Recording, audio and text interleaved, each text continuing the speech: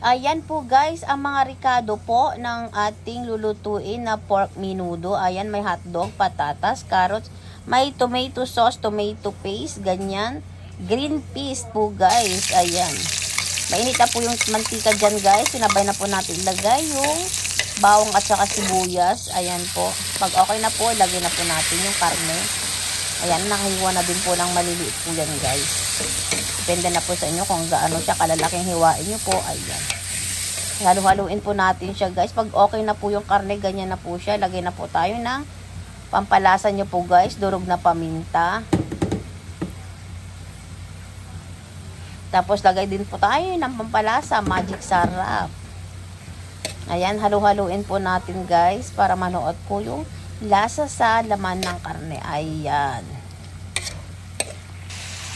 Ayan, pag okay na po yan guys, ganyan na po yung tsura ng ano po natin, karne. Lagay po tayo na patatas at saka carrots po guys. Pinagsabay na po natin.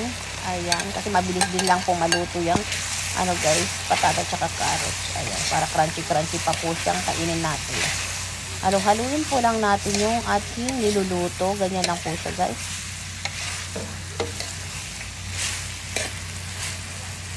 Tapos, ganyan po siya guys. Nahalo na po. Lagay po tayo ng tomato paste. Ayan. Depende na pa sa inyo guys kung lalagyan nyo siya ng tomato paste. Yan, tomatoes optional lang po yan kasi para magkulay po yung ating menudo. Para may kulay po siya guys. Ayan. Tapos, lalagay din po ako ng green peas dyan guys.